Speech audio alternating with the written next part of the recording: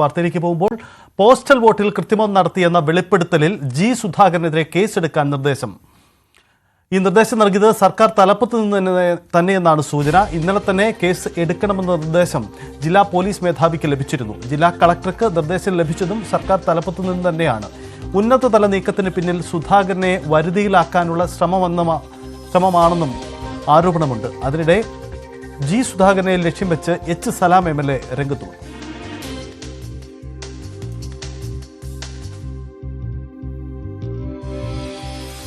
അനാവശ്യങ്ങൾ പറയുമ്പോൾ പ്രതികരിക്കാത്തത് ഭാഷ വശമില്ലാത്തത് കൊണ്ടോ പറയാൻ അറിയാത്തത് കൊണ്ടോ അല്ല. അവശേഷിക്കുന്ന ബഹുമാനം ഇനിയും കളഞ്ഞു കുളിക്കരുതെന്നും ഫേസ്ബുക്ക് പോസ്റ്റിൽ എച്ച് സലാം വിമർശിക്കുന്നു. അതിനിടെ കുഞ്ചൻ നമ്പ്യാർ സ്മാരക നിർമ്മാണത്തിൽ അപാകത ആരോപിച്ചും സുധാകരൻ രംഗത്ത് വന്നിട്ടുണ്ട്.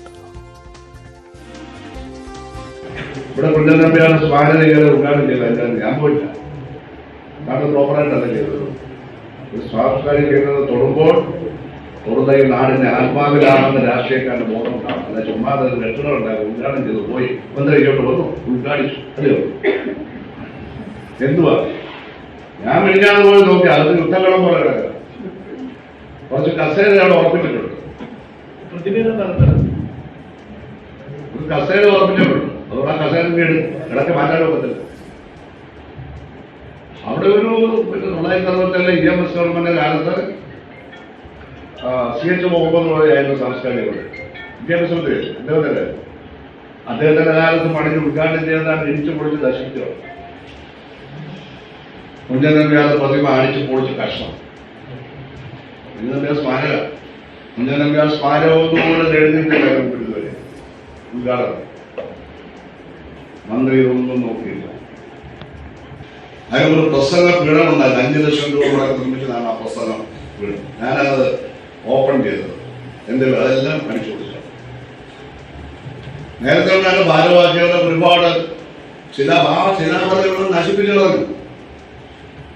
എന്റെ കഷ്ടകാലത്തിന് ഞാൻ 1.5 കോടി രൂപ എന്റെ ആസ്തി വേതനത്തിന് കൊടുത്തു ചെയ്തു. എന്നിട്ട് 3 കോടി രൂപ കഴിഞ്ഞ ഗവൺമെന്റ് കാലത്ത് ഞാൻ ബഡ്ജറ്റ് നോക്കിയിട്ടാണ് 4.5 കോടി രൂപ കൊടുത്തിട്ടാണ് ഞാൻ ശിലാസ്ഥാപനം നടത്തി.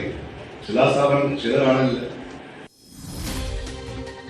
ശരണ്യ സ്നേഹജൻ ചേരുന്നു. ശരണ്യ, ഈ ജി സുധാകരൻ ഉന്നയിക്കുന്ന ഈ ആരോപണം എന്താണ്? കുഞ്ചൻ നമ്പ്യാർ സ്മാരകവുമായി ബന്ധപ്പെട്ട് എച്ച് സലാമിനെ തന്നെയാണോ ലക്ഷ്യമിടുന്നത്? ഇത് കഴിഞ്ഞ ദിവസം നടന്ന, അതായത് ബുധനാഴ്ച നടന്ന ലളിതകലാ അക്കാദമിയുടെ പരിപാടിയിൽ പങ്കെടുത്തുകൊണ്ട് സംസാരിക്കുമ്പോഴായിരുന്നു ജി സുധാകരൻ ഇത്തരത്തിലൊരു വിമർശനം ഉന്നയിച്ചത്. അതായത് കഴിഞ്ഞ ദിവസം ഉദ്ഘാടനം ചെയ്ത കുഞ്ചൻ നമ്പ്യാർ സ്മാരകവുമായി ബന്ധപ്പെട്ടിട്ടുള്ള നിർമ്മാണത്തിലെ അപാകതകളാണ് ജി സുധാകരൻ ആ പ്രസംഗത്തിൽ ചൂണ്ടിക്കാട്ടിയത്. മാത്രമല്ല അവിടെ സൂക്ഷിച്ചിരുന്ന പ്രതിമകൾ ഉൾപ്പെടെ തകർക്കപ്പെട്ടു. അത്തരത്തിലല്ല ഒരു നിർമ്മാണം നടത്തേണ്ടത് എന്നുള്ള രീതിയിലുള്ള ഒരു വിമർശനം ജി സുധാകരന്റെ ഭാഗത്തു നിന്ന് കഴിഞ്ഞ ബുധനാഴ്ച നടന്ന ലളിതകലാ അക്കാദമിയുടെ പരിപാടിയിൽ ഉണ്ടായിരുന്നു എന്നുള്ളതാണ്. അതിന് മറുപടി എന്നോണമാണ് ഇന്ന് ഇപ്പോൾ എച്ച് സലാം MLA സുധാകരനെതിരെയുള്ള ഒരു നിയമ നടപടിക്ക് പിന്നാലെ 2 ദിവസങ്ങൾ പിന്നിട്ട ശേഷം ഒരു ഫേസ്ബുക്ക് പോസ്റ്റ് എന്നുള്ള രൂപത്തിൽ ഈ കുഞ്ചൻ നമ്പ്യാർ സ്മാരകത്തിന്റെ സംഭവത്തിലുള്ള മറുപടി എന്നുള്ള രീതിയിലാണ് ഒരു പോസ്റ്റ് ഇപ്പോൾ ഇട്ടിരിക്കുന്നത്. അതിന്റെ അർത്ഥം തന്നെ കുഞ്ചൻ നമ്പ്യാരുടെ വരികൾ ഇതാണ്.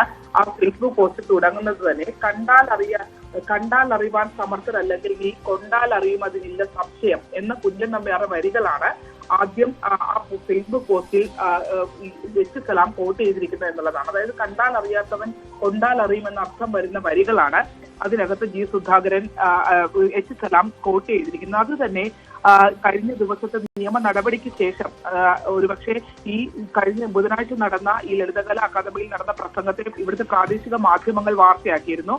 ആ ഘട്ടത്തിൽ ഒന്നും പ്രതികരിക്കാതിരുന്ന എച്ച് സലാം ഇന്നത്തെ ഒരു നിയമ നടപടിക്ക് പിന്നാലെ ഇത്തരം ഒരു പോസ്റ്റ് ഇട്ടിരിക്കുന്നു എന്നുള്ളതാണ് ഏറ്റവും ശ്രദ്ധേയമായ കാര്യം. മാത്രമല്ല അതിനകത്ത് സുധാകരന്റെ പേരെടുത്ത് വിമർശനം നടത്തില്ലെങ്കിലും 2 കാലഘട്ടത്തിൽ നടന്ന നിർമ്മാണങ്ങളുടെ വിവരങ്ങൾ ഉൾപ്പെടെ ഈ സുധാകരന്റെ കാലഘട്ടത്തിലും എച്ച് സലാമിന്റെ കാലഘട്ടത്തിലും നടന്ന നിർമ്മാണങ്ങളെ ഉൾപ്പെടെയുള്ള സ്ക്രീൻഷോട്ടുകൾ വെച്ചിട്ടാണ് സുധാകരൻ എച്ച് സലാം അത്തരം ഒരു വിമർശനത്തിലേക്ക് കടക്കുന്നത്. ഒപ്പം തന്നെ അനാവശ്യങ്ങൾ പറയുമ്പോൾ പ്രതികരിക്കാത്തത് ഭാഷ വശമില്ലാത്തത് കൊണ്ടോ പറയാൻ അറിയാത്തത് കൊണ്ടോ അല്ല എന്നാണ് എച്ച് സലാം പറയുന്നത്. അവശേഷിക്കുന്ന ബഹുമാനം ഇനിയും കളഞ്ഞു കുളിക്കരുതെന്നും പോസ്റ്റിലുണ്ട്. ഒപ്പം ഈ സ്മാരക നിർമ്മാണത്തെ സംബന്ധിച്ച് എന്തെങ്കിലും ഉണ്ടെങ്കിൽ വായിൽ തോന്നിയത് പറയാതെ വിജിലൻസ് അടക്കമുള്ള സംവിധാനങ്ങൾക്ക് അന്വേഷിക്കാനായി പരാതി നൽകണമെന്നുള്ള രീതിയിലുള്ള വിമർശനം ഉൾപ്പെടെ രണ്ട് കാലഘട്ടത്തിൽ സുധാകരന്റെ കാലഘട്ടത്തിൽ അനുവദിച്ച തുകയും തന്റെ കാലഘട്ടത്തിൽ അനുവദിച്ച തുകയും ചൂണ്ടിക്കാട്ടിക്കൊണ്ട് പറയുന്നുണ്ട്. അത്തരത്തിൽ ആ ഒരു രീതിയിലുള്ള ഒരു വിമർശനമാണ് ഇപ്പോൾ എക്സലാമിന്റെ ഭാഗത്തു നിന്ന് ഈ ഒരു നിയമ നടപടിക്ക് പിന്നാലെ ഇന്ന് രാവിലെ വന്ന ഫേസ്ബുക്ക് പോസ്റ്റിൽ വ്യക്തമാക്കുന്നത് എന്നുള്ളതാണ്. സുധാകരന്റെ പേരെടുത്ത് പറഞ്ഞില്ലെങ്കിൽ പോലും കൃത്യമായി താഴേക്ക് വന്നിരിക്കുന്ന കമന്റുകളിൽ ഉൾപ്പെടെ ജി സുധാകരനെ ലക്ഷ്യം വെച്ചിട്ടുള്ള അത്തരമുള്ള ഒരു കമന്റുകൾ തന്നെയാണ് വന്നിരിക്കുന്നതും. ഇവരുടെ കഴിഞ്ഞ ദിവസം നടത്തിയ സുധാകരൻ നമ്മൾ നേരത്തെ കേട്ട ആ പ്രസംഗത്തിൽ പറഞ്ഞ വിമർശനങ്ങൾക്കുള്ള മറുപടി എന്നോളമാണ് ഇസ്ലാമിന്റെ പോസ്റ്റ് ഇപ്പോൾ ഫേസ്ബുക്കിൽ പ്രത്യക്ഷപ്പെട്ടിരിക്കുന്നത് എന്നുള്ളതാണ് സജിത്ത്. മാത്രമല്ല ഈ ജി സുധാകരനുമായി ബന്ധപ്പെട്ട് പോലീസ് കടന്ന നിയമ നടപടികളെ സംബന്ധിച്ചും വിമർശനങ്ങൾ ഉയരുന്നുണ്ട് എന്നുള്ളതാണ്. ജി സുധാകരൻ അതിൽ കടുത്ത അതൃപ്തനാണ് എന്നുള്ളതാണ് ഏറ്റവും പ്രധാനപ്പെട്ട കാര്യം. പ്രത്യേകിച്ച് ഇടതുപക്ഷ സർക്കാർ ഭരിക്കുന്ന ഘട്ടത്തിൽ ജി സുധാകരനെ പോലെ കമ്മ്യൂണിസ്റ്റ് പാർട്ടിയുടെ ഒരു സീനിയർ മോസ്റ്റായ നേതാവിനെതിരെ ഒരു നിയമ നടപടിയിലേക്ക് കടക്കുമ്പോൾ അത് തീർച്ചയായും സർക്കാർ സംവിധാനങ്ങൾ അറിഞ്ഞു തന്നെയാണ് അത്തരമൊരു നീക്കം ഉണ്ടായത് എന്നാണ് ജി സുധാകരൻ ഉറച്ചു വിശ്വസിക്കുന്നത്. മാത്രമല്ല ഈ നമുക്കറിയാം കഴിഞ്ഞ ദിവസം NGO യൂണിയൻ പരിപാടികളുമായി ബന്ധപ്പെട്ട സംസ്ഥാന സമ്മേളന പരിപാടികളുമായി ബന്ധപ്പെട്ട് നടത്തിയ ജി സുധാകരൻ നടത്തിയ പ്രസംഗം വിവാദമായിരുന്നു. അതിൽ പോസ്റ്റൽ വോട്ടുകളുമായി ബന്ധപ്പെട്ട് അദ്ദേഹം നടത്തിയ പരാമർശങ്ങളാണ് വിവാദത്തിലേക്ക് പോവുകയും പിന്നീട് അതൊരു നിയമ നടപടിയിലേക്ക് നീങ്ങുകയും ചെയ്തത്. അക്കാര്യത്തിൽ സംസ്ഥാന തലപ്പത്ത് നിന്നും ചില ഇടപെടലുകൾ ഉണ്ടായി എന്നുള്ള ഒരു സ്ഥിരീകരണങ്ങളാണ് ഇപ്പോൾ ലഭ്യമായിക്കൊണ്ടിരിക്കുന്നത്. അതായത് ഈ കേസിൽ FIR ഇടണമെന്ന് ഇന്നലെയാണ് പോലീസ് FIR ഇടുന്നതെങ്കിൽ അതിന് മുൻപത്തെ ദിവസം തന്നെ കൃത്യമായ നിർദ്ദേശം തലസ്ഥാനത്ത് നിന്നും താഴേക്ക് കിട്ടിയിരുന്നു എന്നുള്ളതാണ് നമുക്ക് അറിയാൻ കഴിഞ്ഞിട്ടുള്ളത്. അതായത് കേസ് എടുക്കണം. ഇപ്പോൾ നിലവിൽ ഇട്ടിരിക്കുന്ന വകുപ്പുകൾ സംബന്ധിച്ചും ഈ വകുപ്പുകൾ നിലനിൽക്കില്ല എന്നുള്ള ആക്ഷേപം. കാരണം ജി സുധാകരൻ ആ പ്രസംഗത്തിൽ എവിടെയും താൻ അത് പൊട്ടിച്ചു നോക്കിയെന്നോ അല്ലെങ്കിൽ അത് തിരുത്തിയെന്നോ എവിടെയും പറഞ്ഞിട്ടില്ല.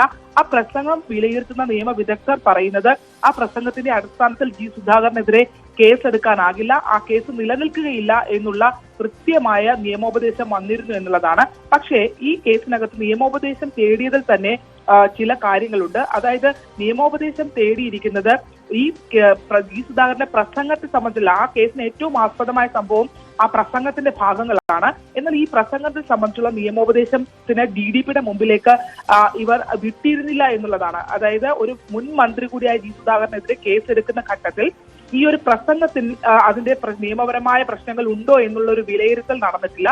മറിച്ച് ഈ കാലയളവ്, അതായത് 1989 നടന്ന ഒരു സംഭവത്തിൽ ഇപ്പോൾ കേസെടുക്കാനുള്ള വെളിപ്പെടുത്തൽ ഇപ്പോൾ കേസെടുക്കുന്നതിൽ പ്രശ്നമുണ്ടോ എന്നുള്ള ആ കാലതാമസത്തെ സംബന്ധിച്ചിട്ടുള്ള ഒരു നിയമോപദേശം മാത്രമാണ് ഇവർ തേടിയിരിക്കുന്നത് എന്നുള്ളതാണ്. ആ നിയമോപദേശത്തിൽ അത്തരത്തിൽ 89 നടന്ന സംഭവമാണെങ്കിലും ഇപ്പോൾ കേസെടുക്കുന്നതിൽ പ്രശ്നമില്ല എന്ന് DDP വ്യക്തമാക്കുമ്പോഴും നമുക്കറിയാൻ കഴിയുന്നത് വാക്കാൽ ഈ പ്രസംഗത്തിന്റെ അടിസ്ഥാനത്തിൽ കേസെടുക്കാനാവില്ല എന്നുള്ള വിവരം പോലീസിനെ ധരിപ്പിച്ചിരുന്നു എന്നുള്ളതാണ്. ഈ കേസ് റെഫർ ചെയ്യപ്പെടുമെന്നുള്ളത് പോലീസിലെ ഉദ്യോഗസ്ഥർക്ക് തന്നെ, കേസെടുത്തവർക്ക് തന്നെ നല്ല ബോധ്യമുണ്ട് എന്നുള്ളതാണ്. കാരണം ഒന്ന് ജി സുധാകരൻ അതിനകത്ത് താൻ ഇത് തുറന്നെന്നോ താൻ തിരുത്തിയെന്നോ ഒരു ഘട്ടത്തിലും പറഞ്ഞിട്ടില്ല എന്നുള്ളതാണ്. മാത്രമല്ല ആ പ്രസംഗം കൃത്യമായി നിരീക്ഷിച്ചാൽ അദ്ദേഹത്തിന് പറ്റിയ അബദ്ധം തിരുത്തി അദ്ദേഹം പോകുന്നത് പിന്നീട് ആ പ്രസംഗത്തിന്റെ അവസാന ഘട്ടത്തിലേക്ക് കടക്കുമ്പോൾ നമുക്ക് മനസ്സിലാക്കാനും കഴിയുന്നുണ്ട്. അങ്ങനെ ഉള്ള ഒരു കേസിൽ അത് നിയമപരമായി നിലനിൽക്കില്ല എന്നുള്ള ഘട്ടത്തിൽ എങ്ങനെയാണ് ഇത്രയും വകുപ്പുകൾ, നോൺ ബെയിലബിൾ ഉൾപ്പെടെയുള്ള വകുപ്പുകൾ ഇട്ട് കേസെടുക്കാനായി പോലീസിന് കഴിഞ്ഞിട്ടുള്ളത് എന്നുള്ളത് വളരെ ശ്രദ്ധേയമാണ്. തുടർ നടപടികളിലേക്ക്, അതായത് മൊഴിയെടുക്കൽ അടക്കമുള്ള തുടർ നടപടികളിലേക്ക് പോലീസ് കടന്നിട്ടില്ല. ജി സുധാകരന്റെ ഭാഗത്തു നിന്ന് നമുക്ക് അറിയാൻ കഴിഞ്ഞിട്ടുള്ളത് ഇതിനകത്ത്, ഈ കേസിനകത്ത് താൻ ജാമ്യം എടുക്കാനോ അല്ലെങ്കിൽ അഭിഭാഷകനെ വെക്കാനോ പോകില്ല, തന്നെ അറസ്റ്റ് ചെയ്യുകയാണെങ്കിൽ അറസ്റ്റ് ചെയ്തോട്ടെ എന്നുള്ള പ്രതിഷേധാത്മകമായ നിലപാടിൽ തന്നെയാണ് ജി സുധാകരൻ തുടരുന്നത് എന്നുള്ളതാണ്. അത് അദ്ദേഹത്തിന് കടുത്ത അമർഷം ഈ സംഭവത്തിനകത്ത് ഉണ്ട് എന്നുള്ളതാണ്. മാത്രമല്ല തന്നെ വരുതിയിലാക്കുന്നതിന് വേണ്ടിയുള്ള ഇടപെടൽ നടന്നിട്ടുണ്ട് എന്നുള്ള ഒരു ബോധ്യത്തിന്റെ അടിസ്ഥാനത്തിൽ കൂടിയാണ് അദ്ദേഹം ഇപ്പോൾ ഈ വിഷയങ്ങളെ നോക്കിക്കാണുന്നത് എന്നുള്ളതാണ് നമുക്ക് അറിയാൻ കഴിഞ്ഞിട്ടുള്ളത്. മാത്രമല്ല ഈ സംഭവവുമായി ബന്ധപ്പെട്ട് ആലപ്പുഴ ജില്ലാ പോലീസ് മേധാവിക്കടക്കം FIR നമ്പർ ആവശ്യപ്പെട്ട് നിരവധി തവണ തിരുവനന്തപുരത്ത് നിന്ന് കോൾ എത്തിയിരുന്നു എന്നുള്ളതാണ്. അത്ര വേഗത്തിൽ ഈ കേസ് എടുക്കണമെന്നുള്ള ഒരു ആവശ്യം തലപ്പത്തുള്ള ആളുകൾക്ക് ഉണ്ടായിരുന്നു. അതിന് പിന്നിൽ ഉണ്ടായിരുന്ന നീക്കം എന്താണ് എന്നുള്ളതാണ് ഇപ്പോൾ പുറത്തു വരുന്ന പുതിയ ചർച്ചകൾ എന്ന് തന്നെ പറയേണ്ടിയിരിക്കുന്നു. സജിത്ത്, യെസ്, അതാണ് സാഹചര്യം. എന്തായാലും ജി സുധാകരനെ പാർട്ടി കൈവിടുന്നോ ഇക്കാര്യത്തിൽ എന്നതാണ് പ്രസക്തമായ കാര്യം. ഇന്നലെ CPM സംസ്ഥാന സെക്രട്ടറി MV ഗോവിന്ദൻ തിരുവനന്തപുരത്ത് വാർത്താസമ്മേളനത്തിനിടയിൽ നടത്തിയ ഒരു പരാമർശം കൂടി ശ്രദ്ധേയമാണ്. കേസ് ഉണ്ടെങ്കിൽ അത് പറഞ്ഞവർ തന്നെ അനുഭവിക്കട്ടെ എന്ന തരത്തിൽ, അത് സുധാകരനെ തള്ളിക്കൊണ്ടുള്ള നിലപാടാണ് CPM നേതൃത്വം ഇക്കാര്യത്തിൽ എടുത്തിരിക്കുന്നത് എന്നതുകൂടി പ്രസക്തമാണ്. എന്തായാലും ഈ വിഷയത്തിൽ സുധാകരനും കടുത്ത അതൃപ്തിയുണ്ട്. പാർട്ടി ഒപ്പം നിൽക്കുന്നില്ല എന്ന് മാത്രമല്ല, കേസെടുക്കാൻ അമിത താല്പര്യം കാട്ടി എന്നതുകൂടിയാണ് ഇക്കാര്യത്തിൽ പ്രകടമാകുന്നത്. ഒപ്പം H സലാമും സുധാകരനും തമ്മിലുള്ള തർക്കം പുതിയൊരു തലത്തിലേക്ക് കൂടി മാറുന്നുണ്ട്.